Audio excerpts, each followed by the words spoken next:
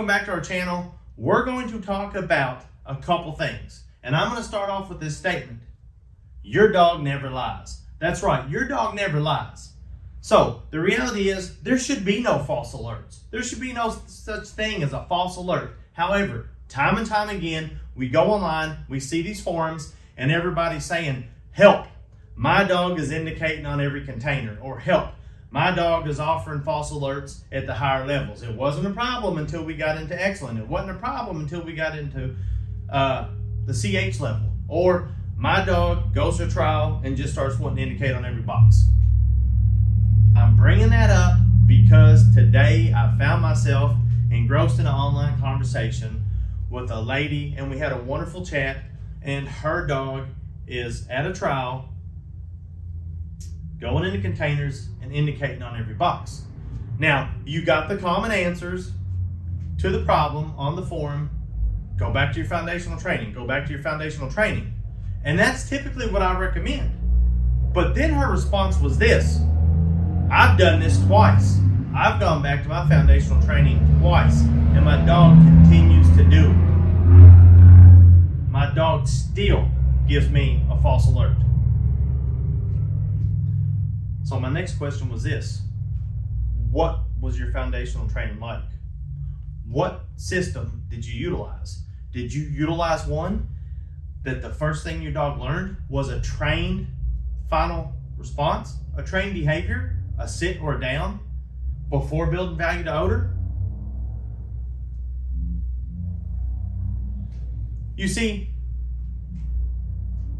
I don't train a final alert. A sit is a trained behavior. We build value to odor,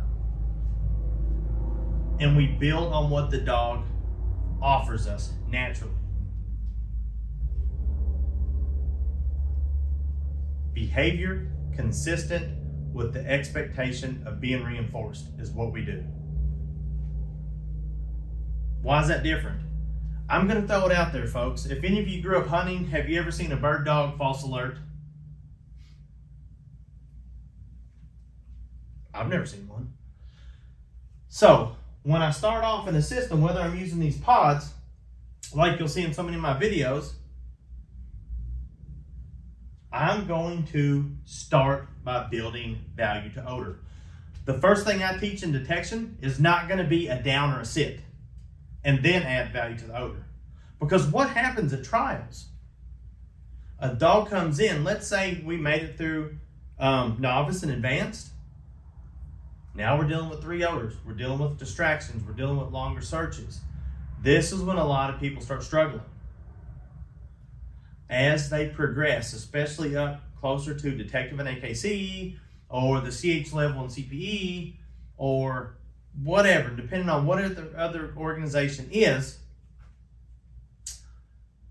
as it progresses, the dog search intensity is going to drop.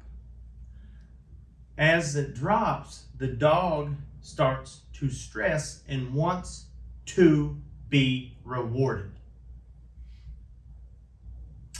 And therefore goes back to what offers value, which is the trained alert.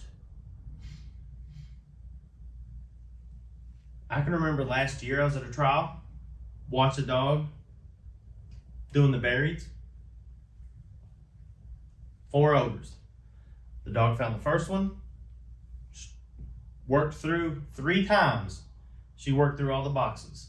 And then the dog just started sitting. Dog started sitting. Dog started sitting. Out of frustration, it went to offer what it knew paid, the sit. And if we start off with a sit, you're going to struggle throughout your entire career. If you start off by building value to the odor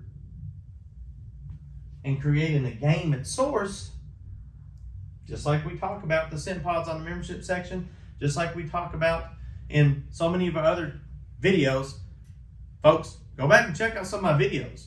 We did an interview with Randy here. He explains everything we just talked about. Creating a scentwork champion, episode 3, 4, 5, we talk about these things. Then you see how we progress. My dog's doing everything. Still does not have a sit. Don't need it. My dog never lies. The values to odor. So what happens when we utilize this method is we get a dog that never lies. There's no such thing as a false alert. My dog never false alerts. Because